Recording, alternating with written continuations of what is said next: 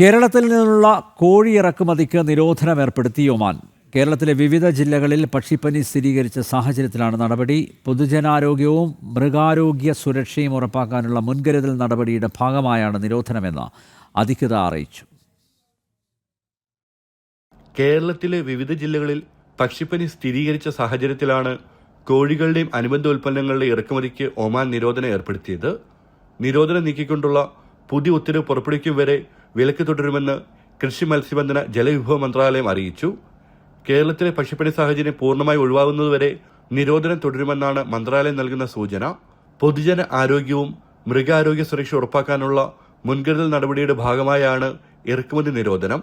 അതേസമയം ലോക മൃഗാരോഗ്യ സംഘടന പുറത്തിറക്കിയ ടെറസ്ട്രിയൽ ആനിമൽ ഹെൽത്ത് കോഡ് മാനദണ്ഡങ്ങൾ പാലിച്ച് ഹീറ്റ് ട്രീറ്റ്മെന്റ് നടത്തിയോ മറ്റു രീതിയിൽ പ്രോസസ് ചെയ്തായ ഉൽപ്പന്നങ്ങൾക്ക് നിരോധനം ബാധകമല്ലെന്ന ഉത്തരവിൽ വ്യക്തമാക്കുന്നു.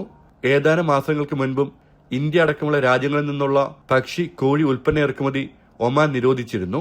എന്നാൽ പിന്നീട് കഴിഞ്ഞ ഒക്ടോബർ അവസാനത്തോടെ നിരോധനം നീക്കി. നിലവിൽ കേരളത്തിലെ വിവിധ ജില്ലകളിൽ പക്ഷിപ്പനി സ്ഥിരീകരിച്ചിട്ടുണ്ട്. ജനം, ദുബായ്.